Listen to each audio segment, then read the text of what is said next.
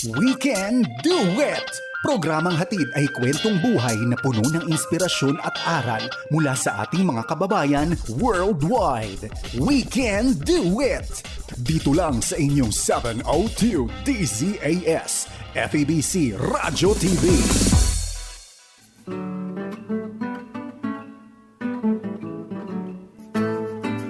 Magandang araw po sa inyong lahat mga kaibigan. Kita mo, ngiting-ngiti na naman tayo. Ito po yung programa na I'm so excited, Ate Maroon, just to hang out with you and also hang out with all our listeners, viewers. Ngayon, viewers na no? Oo, kasi nakikita nyo na ho kami, and also our guests standing by, and we will introduce her properly later. Kami po ang inyong mga kasama, Jonathan Mortiz at Maru Cepeda Javier sa We Can Do It! At ito po ang ating programang We Can Do It ay napapakinggan sa FEBC Radio TV, sa Facebook at sa YouTube channel ng 702 DZAS FEBC Radio TV. At ganun din, hindi lang tayo sa Radio TV, nasa channel 185 din tayo sa GCTV tuwing Sabado ng umaga alas 6:30. So take note of it. Well, mga kaibigan, in-encourage ho namin kayo ipag-sabi nyo rin ho sa mga kapitbahay ninyo, sa mga ka-social media friends ninyo kung ano ho ang ginagawa ng Panginoon sa programa natin, We Can Do It. Kasi ang hamon ho namin, talaga hamon natin ay ipahayag ang ebanghelyo ng Panginoon sa buong mundo. That's right. At maraming salamat din sa yung mga special comments ninyo sa amin that you are listening. We are so blessed. Keep on coming. Keep on coming. Keep it coming. Yes, Sige. please. Mag-post lang po kayo, and Ate Maru will be there. Yes. Communicating with you. She's very, very active po. Ayan, ang ministry ni Ate Maru. Very, very helpful. And we're so happy. I look, nag-scroll down ako sa mga post po ninyo, and nagla-like ako. like. Well, we thank you so much. Well, the thing is, ang habol nga ho natin, ipahayag sa inyo ang ginagawa ng Panginoon sa ebanghelyo, sa gospel, sa kingdom ng Diyos. Amen. And we're all in this together. Kaya hamon na ho namin sa inyo. Kahit saan ho kayo, si Ate Maru, full retirement benefits, enjoying retirement, but she's serving God. Amen. May kwento rin ho yan. Maraming kwento yan sa mga kapitbahay niya na dinadala niya sa Panginoon. Yes. One time ikwento ko yun. Definitely. Ang ating pong guest ngayon, mamaya ay i-introduce natin, may ikikwento rin po. Ang FEBC po, laging nagkikwento ng Ebanghelyo ng Diyos. Yes. So for FEBC International, i-highlight natin ang bansa pong Russia. Ang Russia po ay nagkaroon ng pagkakataon na ang mga radio stations natin doon, Ate Maru, ay kinlose down. The good thing was, they were given 2 months na sabihin na at this date, i-close down yung radio stations kasi control autocratic na naman, yung autocrats na mga leadership, at marami tayong nakikitang ganon. It's coming up, yung mga autocrats, no? That's right. So yun yung declaration. Ang blessing in disguise, ang ating pong FEBC Russia Ministry pumosisyon na even before, kasi yung director natin sabi niya, let's maximize social media. Okay. The new media. Oo. So talagang ang gawain ng Panginoon is very timely. Kaya nung binigyan ng deadline na dapat mag-close down yung stations natin, na pumosisyon kaagad sila for new media, social media. So ngayon mga kaibigan, ang listenership po natin per month ay pumapalo po ng 12 million to 17 million a month. Social media, Ate Maru. Iba-iba kasi sa Russia meron silang sari-sariling mga platforms, para mga Facebook na very popular din. So lahat gagamitin ng Russian ministry natin to share the love of Christ. Amen. Ang Wow. focus po ng Russia natin ministry ay sa mga next generation, second generation. Mm-mm. Okay? Ang pinaka-hardest places in the world to reach ay mga teenagers sa Russia. Mm-mm. From Moscow, sabi niya, it's a norm for the fathers of today's in Russia to drink excess. As a result of rampant alcoholism by their parents, children are often abused or even abandoned. Mhm, mm-mm. Unfortunately, because of what young people face every day in Russia, Russia ranks near the top of all countries in teen suicide rates. With so much despair in their hearts, teenagers in Russia are desperately seeking reasons not to end their lives. Kaya ho ang mga programs natin nakafocus po sa mga next generation, younger generation. Mhm, mm-mm. Isang o dalawa sa mga major o ang mga broadcasters natin na well followed. Yung mga new media, no? Yun Oo yung nga. well followed. ay ang pangalan po ay si Igor tsaka si Eugene. Mhm. Ang mga programs po nila ay focusing on pains, anguish, na internal anguish Mm-mm. para ho sa mga Russians and at the same time yung mga Ukrainian listeners natin. Sabi nga ni Igor, he's reaching young listeners on new digital platforms that teen use. Whenever I put up a short video telling teens about Jesus and his power to change lives, they respond by the thousands. Amen. Since Wow. Igor. Hmm. Yes, it's important to speak their language. And ito yung kuminsan, you want to reach them. So Mm-mm. dapat ang lingwahe mo ganun din. Kaya Tama, yes. ang dating nila mga pakengkoy-kengkoy, Oo. next week bibigyan ko kayo ng video Mm-mm. para sa Talaga? isang Oo, yeah. broadcaster natin.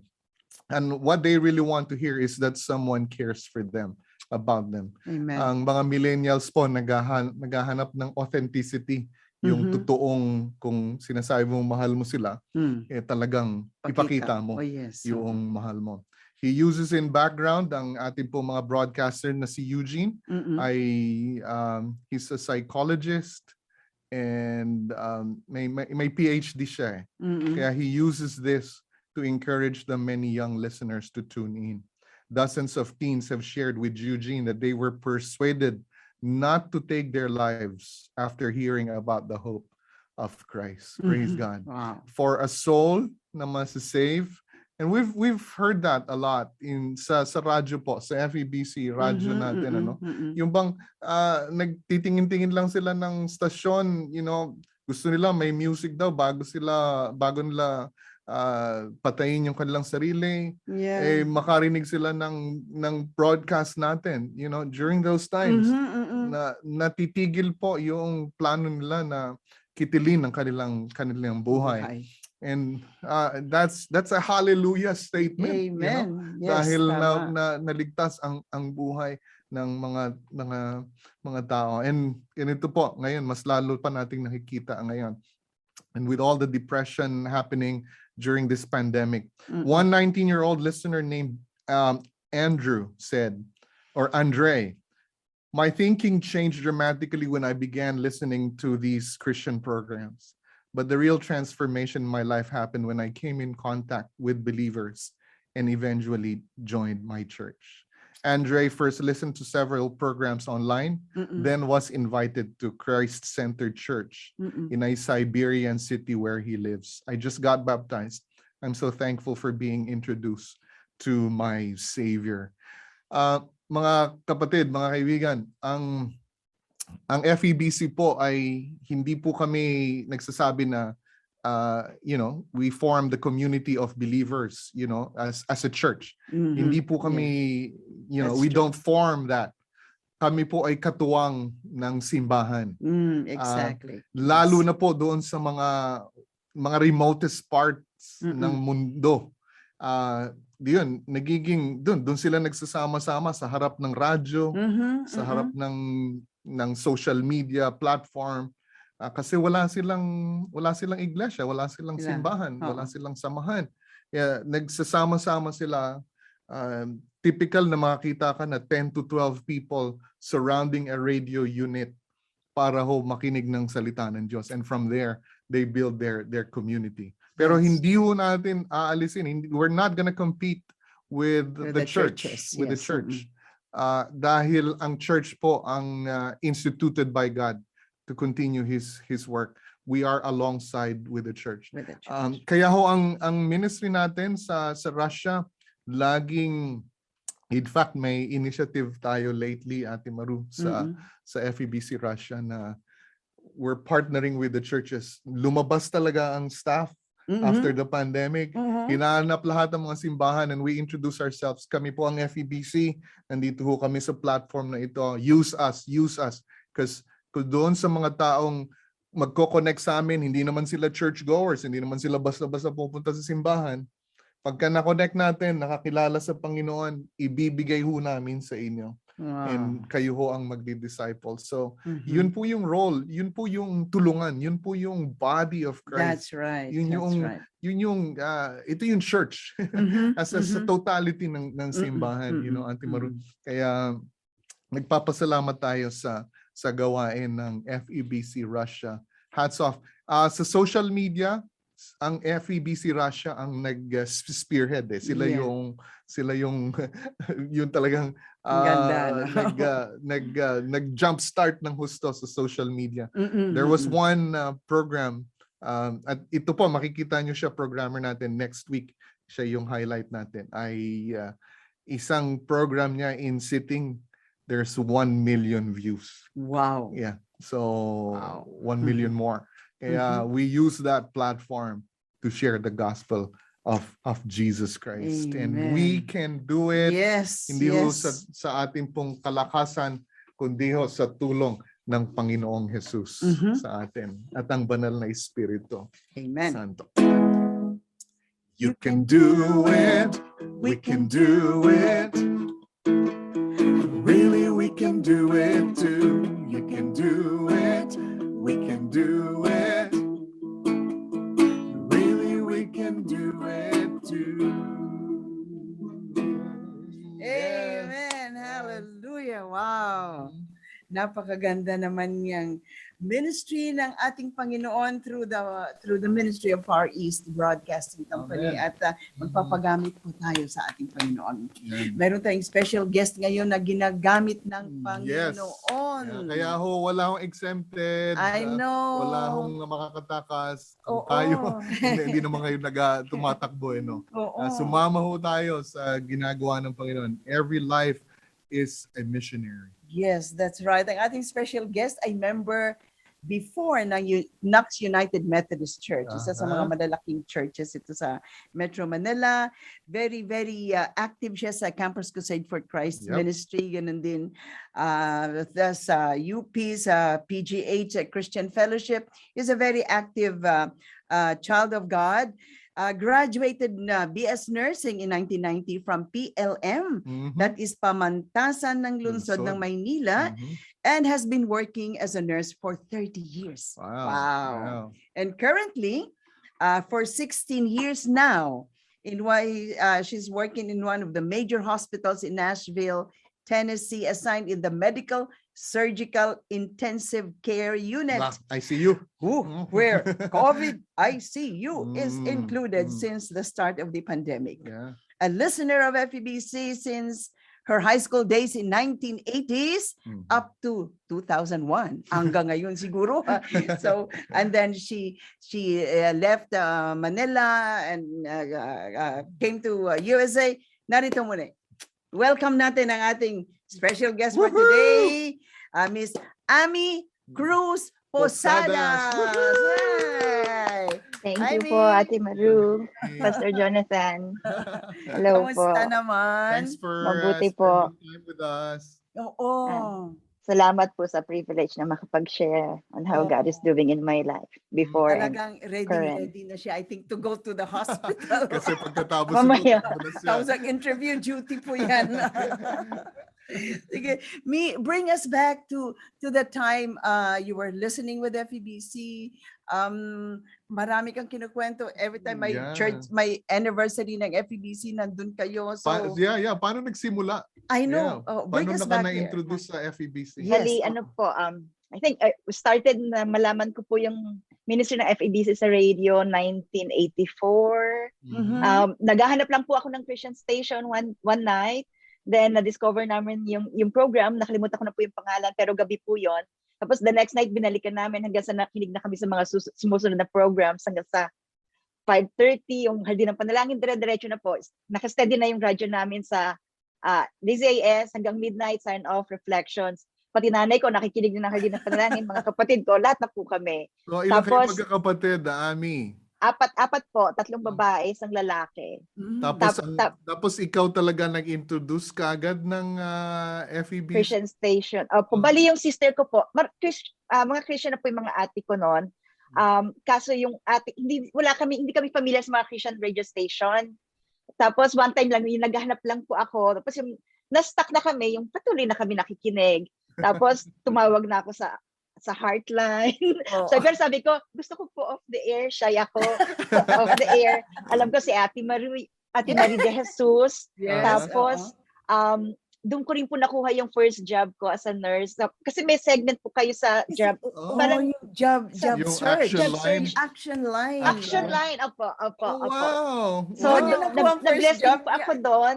So, doon ako, yung first job ko po, doon po. Tapos, nadala ko yung mga classmates ko doon dahil doon sa first job na lahat sila nagpuntahan din doon sa trabaho ko. So, Nice. yun. You know what, Ami? Thanks for sharing that. Kasi yung time na yon kay Ate Miriam, yun yung mga bagong project Progress. natin. Yeah. So yung action line. So Action line. Yun po, nakalimutan. thanks for sharing that kasi it's good for me to hear na, how people were benefited from that. Yes, that's right. Yeah. That's right.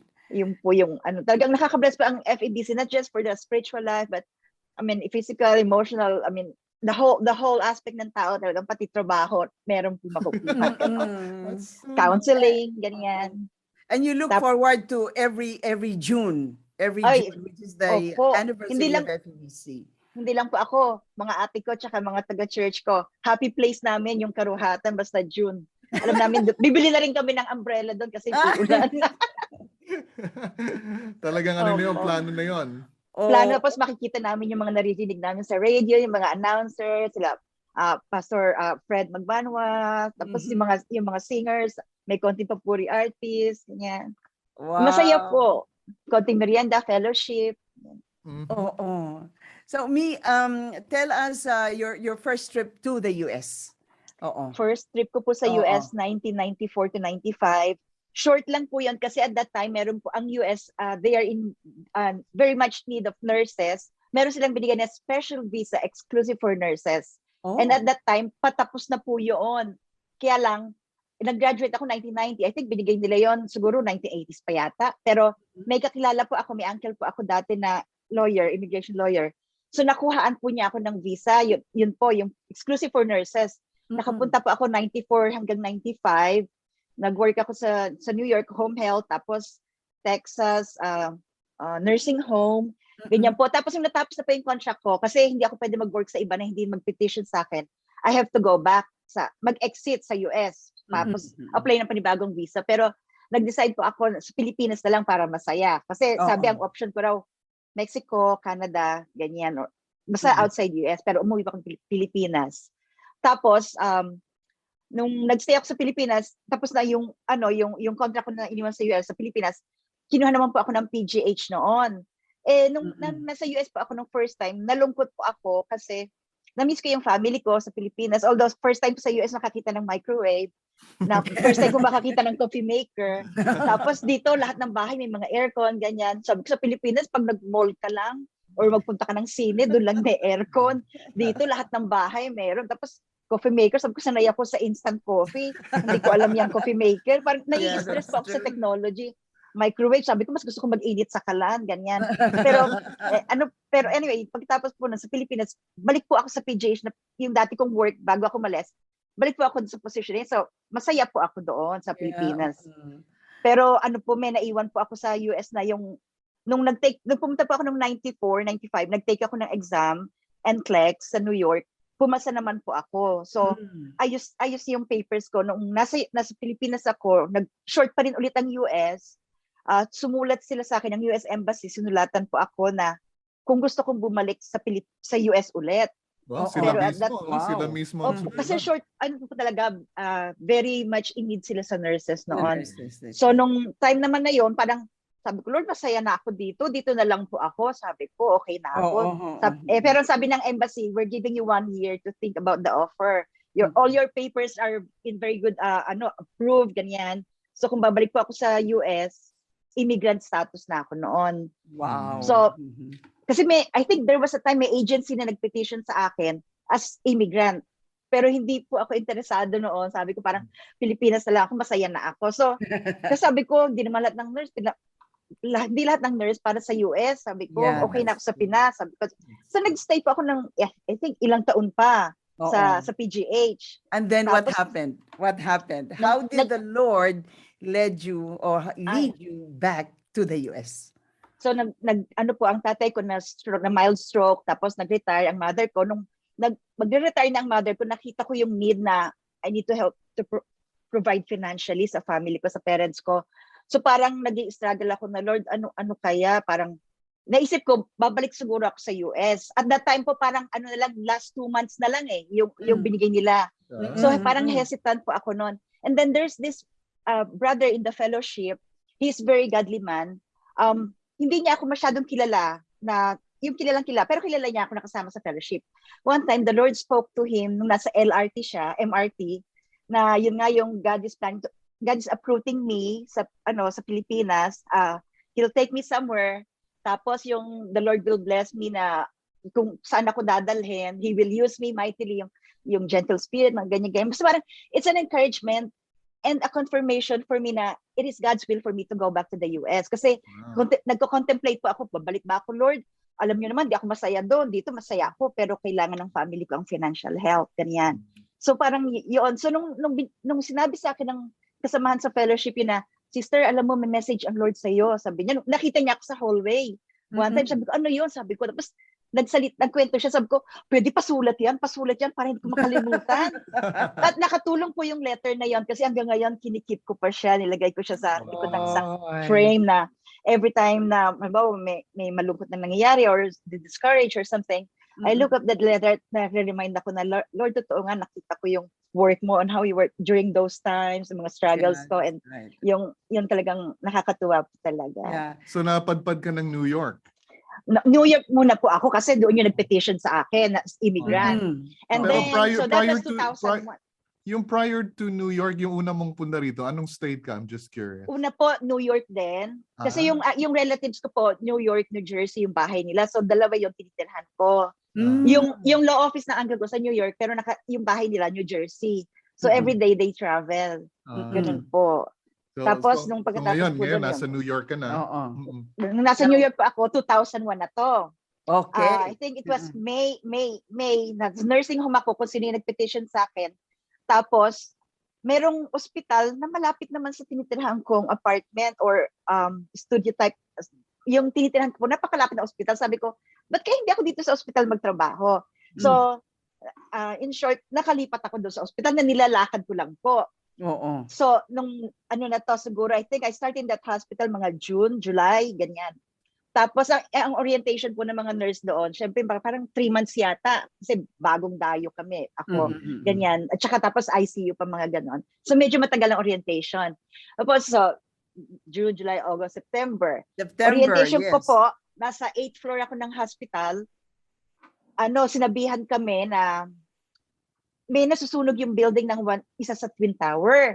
Hindi po, wala pa po kaming alam na may aeroplano. So sabi yung isang tower na susunog, since hindi kami counted sa staffing, kami yung magpo-provide ng first aid. Tutulong kami mag-provide ng first aid sa nasusunog ng building. Baka may mga tao na apektuhan, nasugatan or ganon. So nakatingin ako from our location, nakikita po, kasi glass window, nakikita ko yung Twin Tower. So nakatingin lang ako doon kasi bagong-bago akong nurse na talaga sa ospital na. So excited ako, nakatingin lang ako. Tapos may nakita ko yung aeroplano, mababa ang lipad. Sabi ko, ay, ang baba ng lipad ng aeroplano, baka tatama siya sa tower. Di nakaganon ako. Nakatingin lang ako. Tapos nakita ko, bumagsak, tumama nga siya sa second tower noon. Nakita mo yun. Opo, tapos tumayo na ako kasi nakaupo kami sa conference room nung nagmi-meeting tungkol yung sa magbibigyan ng first aid. Tumayo na ako, tapos gumano lang ako sa window, tinignan ko na lang yung nangyari na bumagsak yung towers, tapos sigawan na kami. Wow. Tapos yun na po, nakakabigla, nakakagulat. And Yeah. then, so nangyari po yung mga between 8 to 9 ng umaga, nung 11 o'clock, tumawag ako sa Pilipinas, sabi ko sa parents ko, sa mga kapatid ko, I'm okay, wag niyo ako intindihin, baka nabalitaan niyo na yung nangyayari sa amin, okay lang ako, sabi ko, basta pag-pray niyo lang kami. Pero ang mabuti po nakatawag ako kasi after noon, it took us maybe 2 weeks bago magkaroon ulit ng communication. Ganun, so ang hirap po. Okay. So after that, tell us itong experience mo as an ICU nurse right now and what kind of ministry the Lord has given you. Salamat po sa tanong dahil napakabuti ng Panginoon kasi nakakatuwa po kasi bilang bedside nurse, I have so much time para sa patients ko. And pinili ko po yung night shift kasi parang pag umaga mas chaotic, sa umaga mas maraming tao, maraming mga pinuno, mga ganyan, mga nag-rounds. At least sa gabi, medyo konti lang ang tao. Tapos, I have more time sa gabi na I can have yung one-on-one sa pasyente ko. Sa ICU, 1 to 2 lang ang pasyente namin. Worst case scenario, magiging 3, pero madalas 1 to 2, depende po sa sakit. Tapos, ang maraming beses na experience ko na yung hindi makatulog ang pasyente, they're in pain, ganyan. Pag nabigay ko na yung gamot, tapos hindi pa rin siya na-relieve, doon ko pinapasukan yung pag-prepare. Katulad ko, you've got your medicines, anything else I can do for you? Tapos, minsan sasabihin lang, include me in your prayers. Tapos sabi ko, we can pray right now. Do you want to pray with you? Tapos yun po, nakakapag-pray kami. Tapos there was a time, meron akong, hindi ko alam, pastor pala yung pasyente ko. Magkakaroon siya ng open heart. Tapos nag-asa ko kung gusto niya ng prayer. Umuo siya, wala siyang sinasabi, please pray for me. Nag-pray kami. The next day, nalaman ko, pastor pala siya. Tapos nag-thank you siya. Kasi sabi niya, ang pastors daw, bihira ang nagpe-pray sa kanila. Everybody's asking them to be prayed for, pero sila bihira. Tapos sabi, salamat sa prayer. Sabi ko, ako, pastor pala kayo. Pero sabi ko, but yun nga, ang maganda at masaya sa pagiging nurse po, you have the ability to care for the person, not just physically, emotionally, but spiritually as well. And that's my ministry. Well, by law, pwede ba kayong mag-ask for prayer? Or, I mean, I'm just curious. Actually po, medyo maingat po kami dyan dahil hindi nila, actually hanggat ayaw nila yon. Kaya ako po, ina-assess ko muna yung sitwasyon ko, yung pasyente ko ay open. Sometimes I will ask them like, I see you, mga delikado ang lagay. Tapos minsan tatanungin ko, do you believe in prayers? Ganyan. Sabi niya, marami nagpipray sa akin. Pag gano'n na may nagpipray sa kanila or they believe in prayers, doon ko na po minsan, papasukan na. Ayun, about God. Tapos there was time, meron ako pasyente hindi Christian. Tapos dito sa COVID, tapos nakaligtas siya. Kaya sabi ko, God must have a plan for you. Naka-recover ka. Tapos, nag-pray to receive Christ siya. Kaya nakakatuwa. That's May ganun. Ito po yung COVID. That's wisdom and also guidance ng Panginoon sa iyo. Totoo po yun. Sabi ko nga sa Lord, this is our ministry together. Kaya samahan niya ako lagi sa duty. Yeah, that's right. Amen. That's right. Amen. So, challenge din sa ating mga anong tawag ito? Frontliners. Yeah, No? yeah. Frontliners. Just sometimes hindi orally ang prayer, but you can pray silently. Totoo po yun. Yeah. Okay. Well, thank you so much, Ami. Thank you. Thank you so much, me, for Thank sharing you rin your po. life. And then kung mayroon ka pang mga bagong magagandang diyan, just call me and we'll talk about it. Thank you po sa opportunity. Can God bless do po. it. Yes, we can do it. With Christ who gives us strength, we can do it. Yes, we can do it. With Christ who gives us strength. Ito po ang programang We Can Do It, napapakinggan sa FEBC Radio TV at napapanood po sa Facebook Live at YouTube channel ng 702 DZAS FEBC Radio TV. Ngayon din po sa channel 185 sa GCTV. Well, Auntie Maru, magpapaalam na tayo. Yes, maraming salamat, Ami Cruz Posadas. Thank you po. And kami po ay magpapaalam and we have to see you again next Sunday. Same time dito po sa 702 DZAS. At God bless. God bless and bye-bye Bye-bye. everyone. Bye, me. Bye. Inyong narinig ang We Can Do It dito lamang sa inyong 702 DZAS FEBC Radio TV, agapay ng sambayanan.